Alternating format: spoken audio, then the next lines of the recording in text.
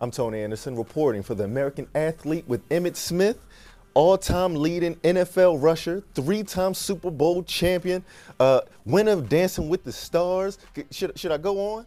No, that's enough. That's enough, okay. That's enough. Successful guy, that's what people need to know. Now, we're gonna bottle up some of that success and give it to our viewers, which is what you did in your book, Game On, Find Your Purpose, Pursue Your Dream. Right. You know, in this book, Emmett, you give a lot of tips and advice on how to become successful, right?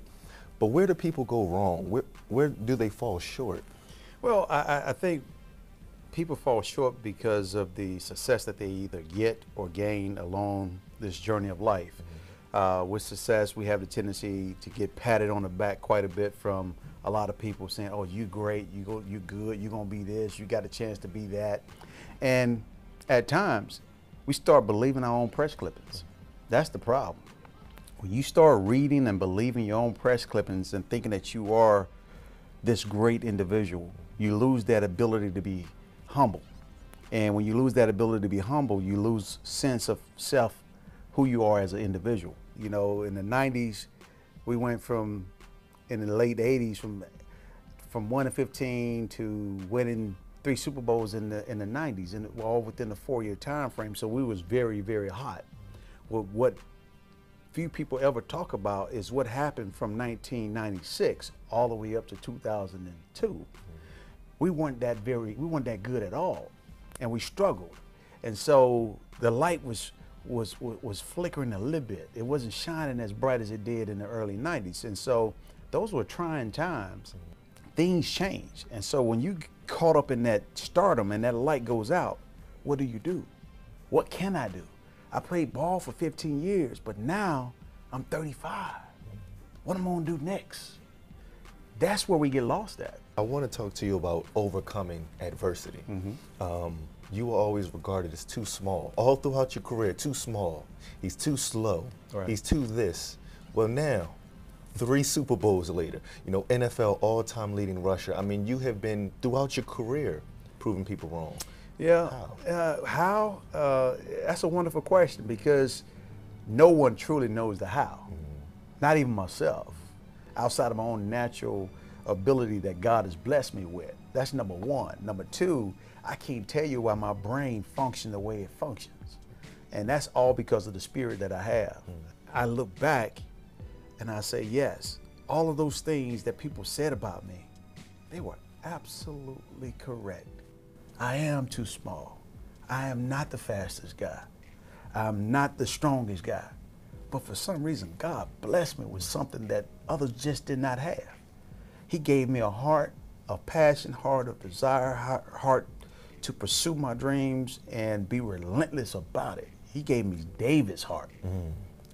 I didn't care about Goliath. The bigger they are, the harder they fell. That's the way I looked at it. So I turned something that some people would perceive as a negative, and I flipped it into something that was very, very good. It gave me motivation. If I saw Walter Payton do what he was able to do, why can't I do it? If I saw Tony Dorsett, who was not the biggest, but had great speed, was able to do what he was able to do, how come I cannot do it? If I saw Barry Sanders and I saw Thurman Thomas and other small running backs, how come I could not do it? I could do the same thing. So the limits that we put on ourselves, or that the world put on you, is only those limits. But if mentally, if you allow that cap to sit on your head and hold you down, then you're right. They're right. I would not be the all-time leading rusher. I would not have been very good in high school, very good in college, or even good in the pros. And I couldn't be any of those things without the proper balance, meaning offensive line, quarterbacks, you know, being on good teams.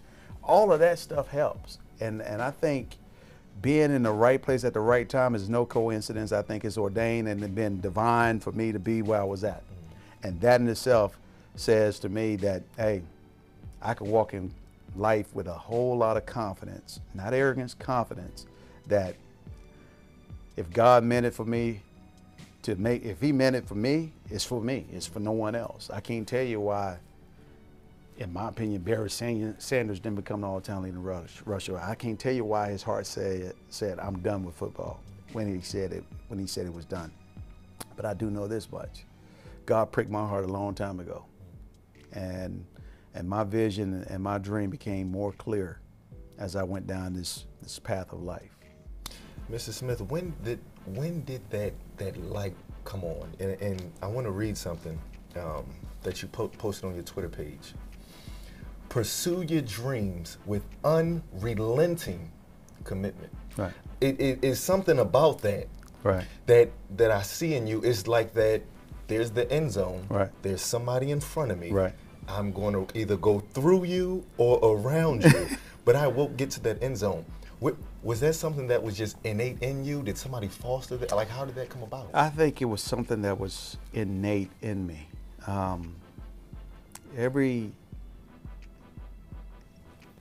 Ever since I can remember, even as a little child, a little bitty boy playing the football game, I just had this desire to just do my job and do it well.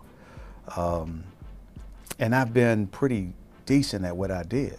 And even at the age of 8, when I played, and I was one of the bigger kids, I dominated. I scored a lot of touchdowns. I was able to do things. But then when I started at a point where I was the 10-year-old kid playing with the 11-year-old kids, all because I was too big at that time to play with my age group, so they forced me to go up with the 11 and 12-year-old kids. I had the best time on the football field. They were bigger, but I didn't care. And so I played up at every level. A freshman in high school was on varsity. So I played up at every level. And that in itself, I think, set the groundwork for who I became as a football player. Because intimidation, yes, there were times when I saw guys that was twice my size and yoked up like Hercules, and then when they hit you, they play like Jane. They built like Tarzan, but they play like Jane. You know, it was one of those kind of things. But, you know, I learned to overcome certain fears. And I learned that at a very early age, especially when I was 10 years old playing with 11 and 12-year-old guys. They were bigger, they were faster, they were stronger. But I played and I competed at their level, to the point where you sit there in the stands and I can see people sitting in the stands saying, man, that kid right there, he's going to be pretty good. How old is he? He's 10? Playing with 11 and 12-year-old guys and doing that? Oh, man, he has I can hear people saying that. And so I felt like I had a chance to be special. The question becomes, is it in the cards for you to do? And, you know, you have to go through those steps and those phases. You have to go through Pee Wee ball, then you get into high school ball, then you really are challenged because other players are just as good. Then once you play at the high school level and you're able to compete at the high school level, then the next phase is college. Well, you're playing against, I'm in the SEC. We have Auburn, we have Georgia, we have LSU, Alabama, Kentucky, Tennessee, all of these great schools. So you have to compete, let alone you have to play against the University of Miami and Florida State. So you have to compete. So I learned all of those things growing up, and I took those life lessons with me, even to the pros, to where the game itself was moving extremely fast when I first got here. But once I learned what I needed to do, this calmness came over me. Because now I knew what I needed to do. I was free from thinking about it, and I was able to go out and perform. So I've always walked around with a level of confidence, but it didn't come without challenges, and didn't come without some fears or some uncertainties. I wouldn't call it fear. I would call it a respect for a thing. Not a fear of it, but the respect for it. Now, you talk about that in this book. You detail it coming up from the projects in Pensacola, Florida. Right. You know, not like the projects as we know it today, but it wasn't easy. Sure enough. You know, you drew a house in the dirt. Right. You know, and you knew one day you were going to get that house. I've always had a vision of, and my mom would tell you, I mean, even as a little boy, I've always had this vision of doing big things. Didn't know how I was going to get it done, but I always wanted something special. Not necessarily just for me, but for my family. I wanted to make them proud. And And so it was, the vision was much bigger and much broader than me. Along life journey, you learn that you can achieve certain levels of greatness, but you can also go beyond that. And the people that you have the ability to affect, the lives you have the ability to change, the people you have the ability to help, the journey becomes much greater.